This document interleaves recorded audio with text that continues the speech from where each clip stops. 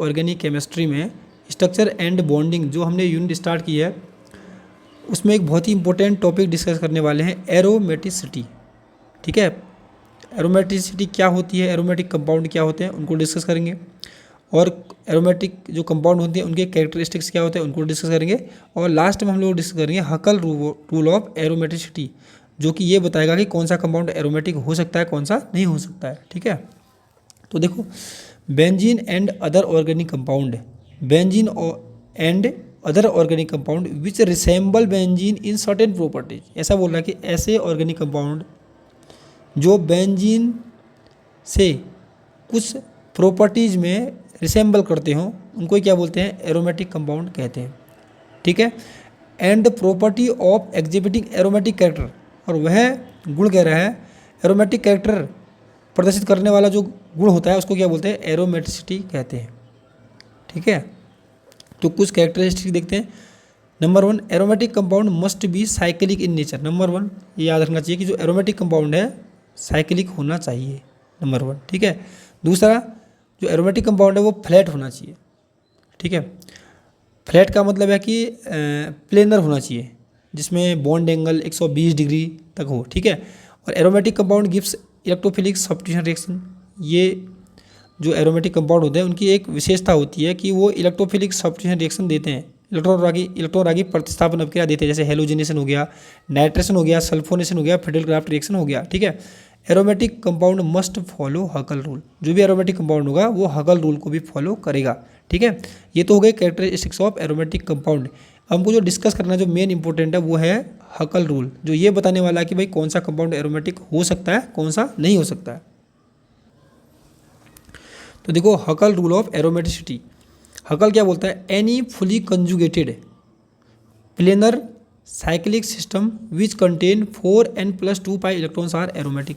हकल बोलता है कि कोई भी कह रहा है जो पूरा का पूरा कंजुगेटेड हो, कंजुगेटेड मतलब डबल के बाद सिंगल हो, डबल के बाद सिंगल हो। ठीक है, जहाँ भी देख सकते हो सबके सब conjugate, double single double single double conjugated, ये भी कंजुगेटेड है। ठीक है, ये हो गया। प्लेनर हो, प्लेनर मतलब कि फ्लैट हो वो। ठीक है, मतलब 120 डिग्री का बॉन्ड एंगल हो। ठीक है, और साइक्लिक सिस्टम, और वो सबके सब क्या हो, साइक्लिक होने चाहिए, और उनके पास which must contain 4n+2 pi electrons, उनके पास कितने इलेक्ट्रॉन हो चाहिए, 4n+2 पाई इलेक्ट्रॉन्स होते हैं, वही कंपाउंड एरोमेटिक हो सकते हैं।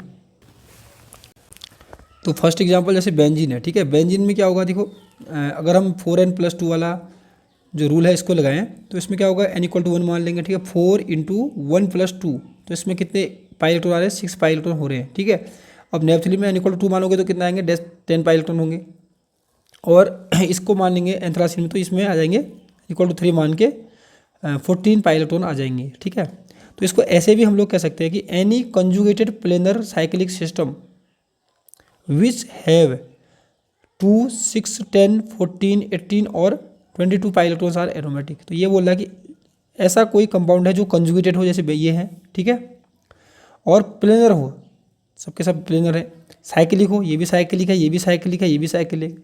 ठीक है, सिस्टम विच हैव, अगर जिसके पास कह रहा है 2 पाई इलेक्ट्रॉन हो, 6 पाई इलेक्ट्रॉन हो, 10 पाई इलेक्ट्रॉन हो, 14 पाई इलेक्ट्रॉन, 18 पाई इलेक्ट्रॉन और 22 पाई इलेक्ट्रॉन हो, वो एरोमेटिक हो सकते हैं, वो एरोमेटिक होते हैं। तो यहाँ पर आप देख सकते हो ये साइक्लिक भी है। ठीक है, कंजुगेटेड भी है, डबल के बाद सिंगल है। ठीक है, प्लेनर भी है, और इसके पास 6 पाई इलेक्ट्रॉन भी है, तो ये क्या होगा, एरोमेटिक। सेम यहाँ पर भी कंजुगेटेड है, प्लेनर है, साइक्लिक है, और 10 पाई इलेक्ट्रॉन है जैसे यहाँ पर लिखा हुआ, तो ये भी एरोमेटिक और ये भी एरोमेटिक। ठीक है, कुछ और एग्जांपल लेते हैं, जैसे पायरोल हमारे पास है, पायरोल। ठीक है, इसके बाद देखो, इसके पास देखो नंबर 1 हमको देखना है भाई ये कंजुगेटेड है कि नहीं, कंजुगेटेड तो है ही।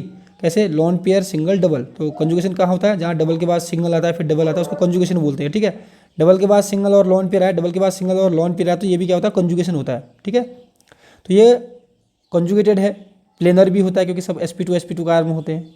ठीक है, और यहाँ पर साइक्लिक भी है, देख सकते हैं, और इसके बाद कितने इलेक्ट्रॉन है, 6 पाई इलेक्ट्रॉन। अब 6 पाई के इलेक्ट्रॉन कैसे, 2 पाई बॉन्ड हो गए, तो एक पाई बॉन्ड में 2 इलेक्ट्रॉन, तो 2 में कितने, 4 पाई इलेक्ट्रॉन हो गए, और जो लॉन पेयर के इलेक्ट्रॉन है इसको भी काउंट करते हैं पाई इलेक्ट्रॉन। ठीक है, तो कितने हो गए, 2 इसके अंदर, 2 इसके अंदर, 2 इसके अंदर, तो 6 पाई इलेक्ट्रॉन हो गए, तो ये भी एरोमेटिक है। ऐसे ही फ्यूरॉन भी है, देखो फ्यूरॉन में क्या सेम इसी की तरह फॉलो कर रहा है, याद रखना इसमें 2 लोन पेयर हैं, 2 लोन पेयर में से एक ही जो लोन पेयर होता है वही पाई इलेक्ट्रॉन में काउंट होता है, वही पाई मॉलिकुलर ऑर्बिटल में पार्टिसिपेट करता है जब, ठीक है। तो ये वाला नहीं करता है, तो इसलिए 2 इसके 2 इसके 2 इसके कितने हो गए 6 हो गए। सेम थायोपीन में भी इसमें भी 6 हो गए, तो सभी के सभी क्या है एरोमेटिक है, ठीक है।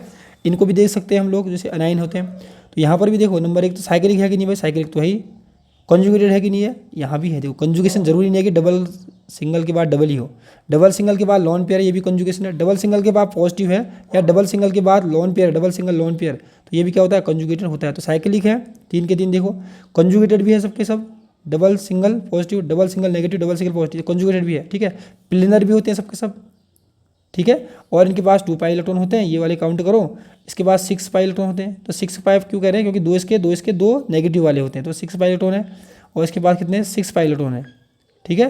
तो ये भी क्या होते हैं एरोमेटिक होते हैं।